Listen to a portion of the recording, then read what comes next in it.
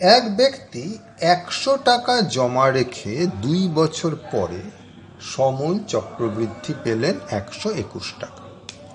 সমূল অর্থাৎ সুদে আসল। বার্ষিক সুদের হার কত শতাংশ ছিল তোমাকে বার করতে হবে। এখানেও একই গল্প, আমাদের সেই 3টে রাশিকে বুঝে নিতে হবে, পি, আর এবং টি। পি বুঝতেই পারছো, যত টাকা রেখেছে সেটা 100 টাকা। এবার তোমাকে আর বুঝতে হবে, সেটা তুমি জানো না, অতএব ওটাকে ধরলাম এক্স। আর কত সময় বলে দিয়েছে, 2 বছর। এটা কিরকম? চক্রবৃদ্ধি। তাহলে আমরা এই সূত্রটা ব্যবহার করব। তাহলে আমরা পেয়ে যাচ্ছি এই জিনিসটা, পি এর জায়গায় 100, আর এর জায়গায় এক্স, আর টি এর জায়গায় 2 বসালে সেইটা সমান 121। তাহলে এখান থেকে তুমি একটা সমীকরণ পেয়ে যাবে। সেই সমীকরণটা তোমাকে সমাধান করতে হবে। আমি তোমাকে সমীকরণটা লিখে দিচ্ছি। পি 100 গুণ 1 যোগ আর হচ্ছে এক্স ভাগ 100 ঘাত হচ্ছে 2 টি, এইটা হচ্ছে 121। সেখান থেকে তোমাকে বলতে হবে এক্স কত। কি করে করবে এটা একটু ধরিয়ে দিলে সুবিধা হবে। তুমি প্রথমে এটার বর্গমূল নেবে, আর তোমার হয়তো মনে আছে 121-এর বর্গমূল হচ্ছে 11। অতএব তুমি করবে কি, এই 100টাকে প্রথমে এদিকে নিয়ে আসবে। তাহলে এই জিনিসটার চমৎকার বর্গমূল বার করা যায়, কারণ 121-এর বর্গমূল 11 আর 100-র বর্গমূল 10।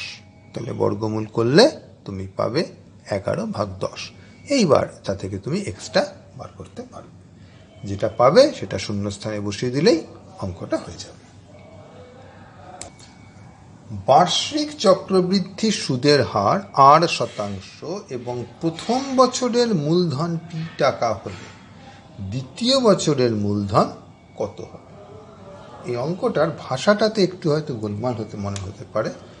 আসলে আমরা ওই যে গল্পটা বলেছিলাম, প্রথমে তুমি পি দিলে একেবারে গোড়াতে, এইবার সেটা কোথায় গেল? সেটা গেল একজন দোকানদারের কাছে। সেই দোকানদারের কাছে এই পিটা হচ্ছে মূলধন। সে 1 বছর ধরে এটা নিয়ে ব্যবসা করলো।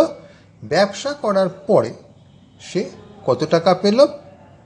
প্রতি 100 টাকায় সে 8 টাকা পেয়েছে।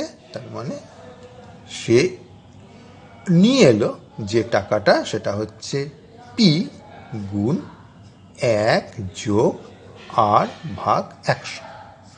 ঠিক এই সূত্রটা টি আমি 1 বসিয়েছি, কারণ 1 বছরের মাথায় ও এটা আনলো। এবার তুমি তো এখনই তার থেকে টাকাটা নিয়ে নিচ্ছ না, এই টাকাটাকেই ওকে আবার দিয়ে দেওয়া হলো। বলা হলো তুমি এই টাকাটা পুরো বাড়ি নিয়ে যাও, তুমি নিয়ে যাও, এখনই দিতে হবে না, তুমি এটাকে আবার ব্যবসায় খাটাও। তাহলে দ্বিতীয় বছরের মূলধন হচ্ছে ঠিক এইটাই।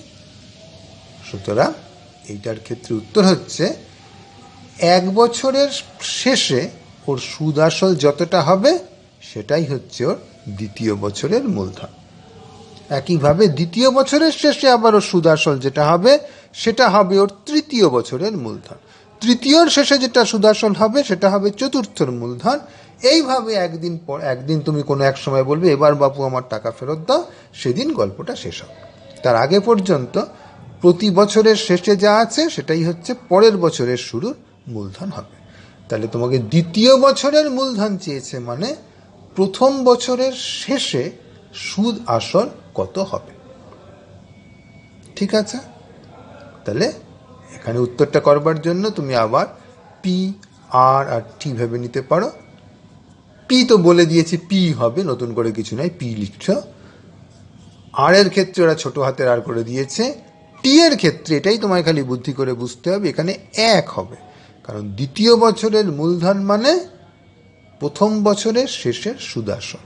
এবার এই জিনিসগুলো তুমি এই ফর্মুলায় বসালে যেটা পাবে, মানে এটা, সেটাই হচ্ছে উত্তর। এইবারের অঙ্কটা সত্যি কোনো অঙ্ক নেই, এটা খালি ভাষার খেলা। আসল বা মূলধন এবং কোনো নির্দিষ্ট সময়ের চক্রবৃদ্ধি সুদের সমষ্টিকে কি বলে? তুমি আসল যেটা সেটাও ফেরত চাইছো এবং মোট সুদটাও ফেরত চাইছো। এই ভাষাটা আমরা আগেই ব্যবহার করেছি, আমি তোমাকে ভাষাটা খালি মুখে বলে দিচ্ছি, তুমি লিখে দেবে। আমরা বলবো সমূল চক্রবৃদ্ধি।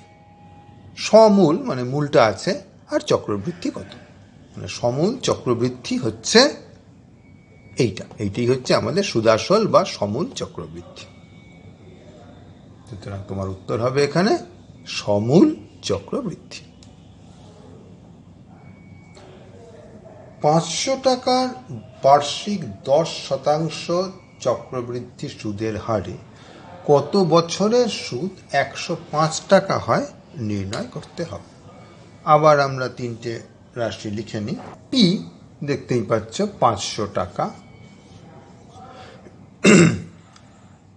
আর হচ্ছে 10, টিটাই আমাকে বার করতে বলেছে কত বছরের, ওখানে লিখলাম এক্স।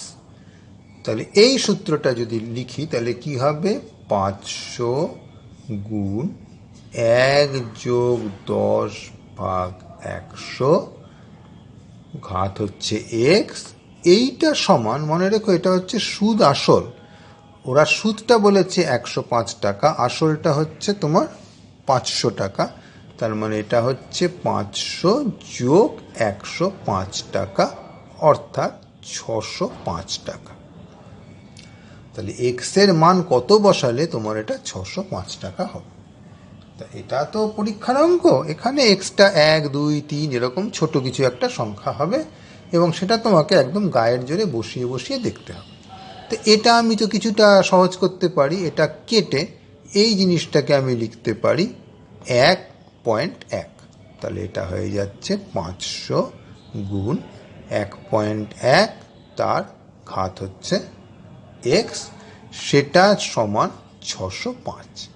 এবার এক্স কি হতে পারে, 1 হতে পারে, 2 হতে পারে, 3 হতে পারে, 4, এরকম করে দেখো এক্সের জায়গায় 1 বসিয়ে দেখো সত্যি সত্যি গুণটা করে 605 হচ্ছে কিনা। 1 বসালে যদি না হয় তাহলে 2 বসিয়ে দেখো, করে দেখো 605 হচ্ছে কিনা, যদি হয় উত্তর এক্স পেয়ে গেলে, যদি না হয় তাহলে x3 বসিয়ে দেখো। যেহেতু পরীক্ষার অঙ্ক তোমাকে খুব বেশিক্ষণ পরিশ্রম করতে হবে না, পরপর তুমি বসিয়ে বসিয়ে দেখলেই দেখবে খুব ছোট একটা সংখ্যার জন্যই তুমি এটা পেয়ে যাবে। আর শতাংশ হারে চক্রবৃদ্ধি সুদে কোনো মূলধন 8 বছরে দ্বিগুণ হয়ে যায়, তাহলে 4 গুণ হবে কত বছর? এখানেও আমরা প্রথমে সেই মূল রাশিগুলো দেখি।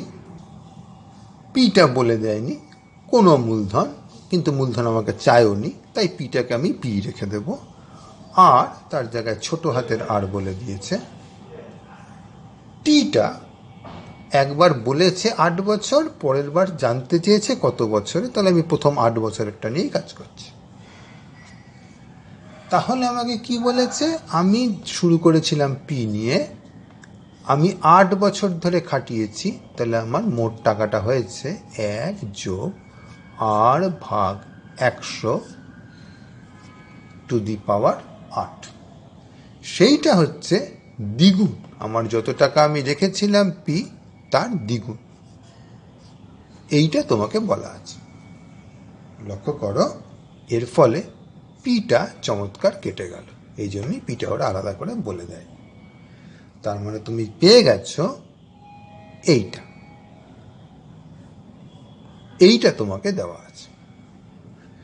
এবার তোমাকে পরের বারে জিজ্ঞাসা করেছে কখন এটা 4 গুণ হবে, অর্থাৎ এবার তুমি চাইছো আবার সেই পি 1 যোগ আর ভাগ 100,